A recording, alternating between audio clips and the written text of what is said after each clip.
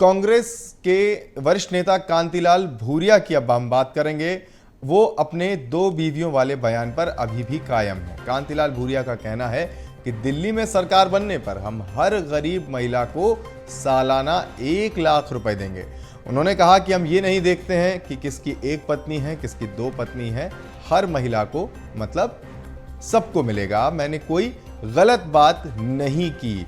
कांतिलाल भूरिया ने कुछ समय पहले ही इस तरह का एक बयान दिया था और उस पर काफी विवाद हुआ था और अब फिर से कांतिलाल भूरिया दोहरा रहे हैं कि मैंने कोई गलत बात नहीं की। दो बीवियों को 2 लाख मिलने की बात बीजेपी को समझ में नहीं आई। वहीं कांतिलाल भूरिया के बयान पर बीजेपी ने पलटवार किया है। प्रदेश भाजपा संगठन मंत्री रजनीश अग्रवाल का कहना है कि कांतिलाल भूरिया के बयान का मतलब 4 बीवी 24 बच्चों को लेकर है। ऐसा हो नहीं सकता। यह देश एक जागरूक देश है। भाई, हमने ये कहा था कि पूरे हमारी सरकार दिल्ली में बनेगी, हम हर महिला को 1-1 लाख रुपया सालाना देंगे, एक महीने का 8,500 रुपया। तो एक भीड़ में से खड़ा होके बोला सब मेरी 2 पत्नियाँ, क्या होगा? मैंने 2 पत्नी को भी मिलेगा, उनको भी मिलेगा, हर महिला को मतलब मिलेगा। तो बीजेपी वालों को समझ भी नहीं आई, वो चले गए वहाँ। जब जिसको समझ में आया फिर बाद में पता यार ये तो सामने वालों ने सवाल किया, उसका जवाब दिया। हर महिला को, हम ये नहीं देखते कि इसकी एक पत्नी है, 2 पत्नी, प्रत्येक महिला। वो कहते मेरी 2 पत्नियाँ थे, तुम्हारी 2 पत्नियों को भी मिलेगा। अब ये कहा कौन सी गलत बात है? देखिए, कांतिलाल भूरिया जी का 2 बीवी से मतलब तो प्रत्यक्ष रूप से कहने से था। उनका मतलब तो 4 बीवी 24 बच्चों को लेकर है। उनका मतलब तो जो है वो संपत्ति बंटवारा करके अल्पसंख्यकों में बांटने का है। उनका मतलब वही है जो राहुल गांधी जी जगह जगह कहते हुए घूम रहे हैं।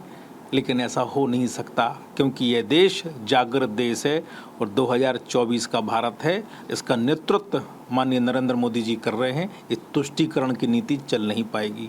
हम तो बहुत अच्छे से समझ रहे हैं इनके षड्यंत्रों को, और आज से नहीं दशकों से समझ रहे हैं।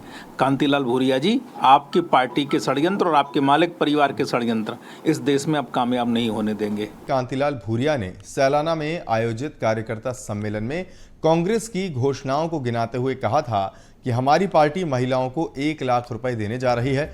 घर की हर महिला को 1 लाख रुपए दिए जाएंगे।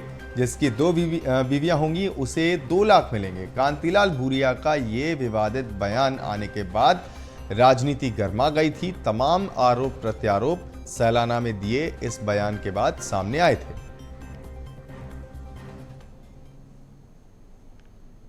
हमारा जो घोषणा पत्र है, हर महिला को 1-1 लाख रुपया उसके खाते में जमा होगा। एक लाख सभी घर की महिलाओं का। ये मालूम है कि नहीं? अब जिसकी 2 पत्नियां तो 2 लोग जाएगा उस पे। हमारे सहयोगी मनोज लगातार हमारे साथ बने हुए हैं। इस खबर पर भी हम उनसे बात करने के लिए पहुंचेंगे, उनके साथ जुड़ेंगे। मनोज, कांतिलाल भूरिया अपने बयान से नहीं पलट रहे हैं। काफी आरोप प्रत्यारोप इस पर हो चुके हैं, काफी सियासत गर्मा चुकी है, लेकिन अब एक बार फिर उन्होंने वही बात दोहराई कि वो अपने बयान पर कायम है। जिसकी 2 बीवियां होंगी उसे 2 लाख मिलेंगे। ऋषि, बिल्कुल, क्योंकि इस बयान के आने के बाद बीजेपी ने चुनाव आयोग में शिकायत की थी कि इस तरीके से आधी आबादी को कहीं ना कहीं प्रलोभन देकर चुनाव को प्रभावित करने की कोशिश की जा रही है। कांतिलाल भूरिया पर कार्रवाई करने की मांग भी बीजेपी के द्वारा की गई थी। लेकिन जब कांतिलाल भूरिया भोपाल पहुंचे तो उन्होंने BSTV से बातचीत की और इस सवाल पर वो कायम है कि उन्होंने जो बात कही थी उस दौरान वो सही बात थी। क्योंकि जब वो जनसभा को संबोधित कर रहे थे, क्योंकि कांग्रेस के जरिए न्याय की गारंटी की बात की जा रही, महिलाओं को न्याय दिलाने की बात की जा रही, उसी संदर्भ में उन्होंने कहा था कि कांग्रेस सरकार आएगी तो 1 साल में गरीब महिलाओं को 1 लाख रुपए देने का काम किया जाएगा। लेकिन इसी बीच किसी जनता के बीच में से जो है उनसे सवाल किया गया जिनकी 2 बीवी होगी, तो उन्होंने ये तर्क दिया कि उस सवाल का जवाब उन्होंने दिया था कि जिसकी 2 बीवी होगी उनको भी 2 लाख रुपए देने का काम जब सरकार बनेगी जो गारंटी दी गई है उसके तहत दी जाएगी। और यही कारण है कि इस पर सियासी बवाल भी मचा था। लेकिन भोपाल आने के बाद कांतिलाल भूरिया जो है वो अपने बयान पे कायम है। उन्होंने कहा कि बीजेपी उनके बयान को समझ नहीं पाई। यही कारण है कि आयोग के द्वारा भी उन पर कोई कार्रवाई नहीं की गई, क्योंकि ये गारंटी जो है हाईकमान कांग्रेस के द्वारा दी गई थी। चुनाव में उनके पास जो मैनिफेस्टो था उसके जरिए ये बात उन्होंने जनता जनता के बीच में रखने का काम किया, लेकिन अब वो अपने बयान पे कायम है। उन्होंने कहा है कि बीजेपी जो है वो महिलाओं पर जो है सियासत करती, महिलाओं के लिए कुछ काम नहीं करती। मध्य प्रदेश में लगातार अपराध हो या फिर महिलाओं के खिलाफ जितनी भी घटनाएं हुई वो बीजेपी सरकार में सबसे ज़्यादा हुई है। उन्होंने इस मामले पर बीजेपी को घेरने की कोशिश भी की, लेकिन बीजेपी यहाँ पर तुष्टीकरण की राजनीति का आरोप जो है अब कांग्रेस पे लगाने लगी है कि कांग्रेस वही कांग्रेस है जो कि 4 बीबी 24 बच्चों की बात करती है, और यही कारण है कि अब इस पूरे मामले पर कांग्रेस और बीजेपी आमने सामने। हालांकि कांतिलाल भूरिया के बयान पर पलटवार किया है जो प्रदेश संगठन के मंत्री है रजनीश अग्रवाल, उन्होंने साफ तौर से कहा है कि कांग्रेस हमेशा से और इस चुनाव में भी तुष्टीकरण की राजनीति करती हुई नजर आ रही है। मनोज, लेकिन एक बात यहाँ देखने को मिल रही है कि एक तरफ जहाँ अभी कुछ देर पहले हम बात कर रहे थे के मिश्रा का बयान कि वो अपने आप को रिफॉर्म करने की जिस तरह से कोशिश कर रहे हैं, दूसरी तरफ ये चीज़ें जिन पर वो हमलावर भी हैं, काउंटर भी कर रहे हैं, ये दोनों चीज़ें ये तो कहीं ना कहीं दिखा रही हैं कि कांग्रेस अपने आप को वापस प्रतिस्थापित करने की कोशिश में तो लगी ही हुई है।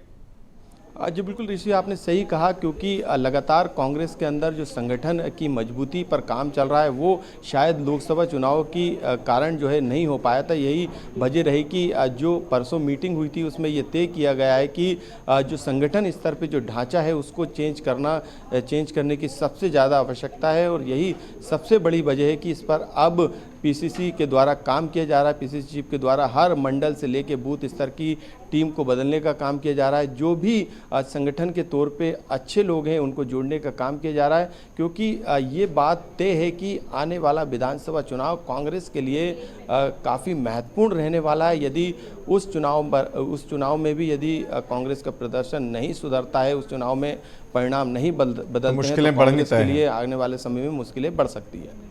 जी बिल्कुल मनोज, बहुत बहुत शुक्रिया हमसे जुड़ने के लिए और इन दोनों ही खबरों पर विस्तार से जानकारी देने के लिए, बात करने के लिए।